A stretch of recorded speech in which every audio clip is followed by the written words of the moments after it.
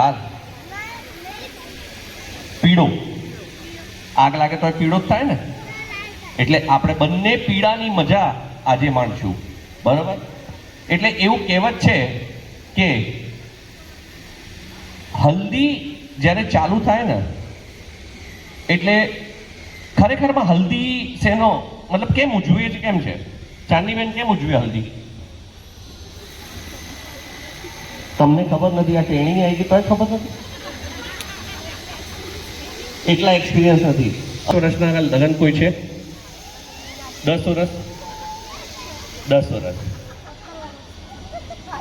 બેન તમે આ વર્ષ સંભાળજો, 17 पे ખતરા હોય. પણ આ બા સૌથી મોડર્ન લાગે છે એટલે આપણે પૂછીએ હલ્દી કેમ ઉજવાય છે? પહેલાના જમાનામાં આપણે પહેલાના જમાનામાં જ છે.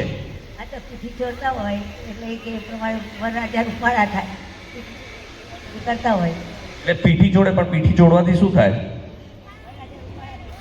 રૂપાળા દેખાય એટલે મેલ નીકળી જાય. એવું બોલો ને, આપણી ભાષામાં મેલ નીકળી જાય.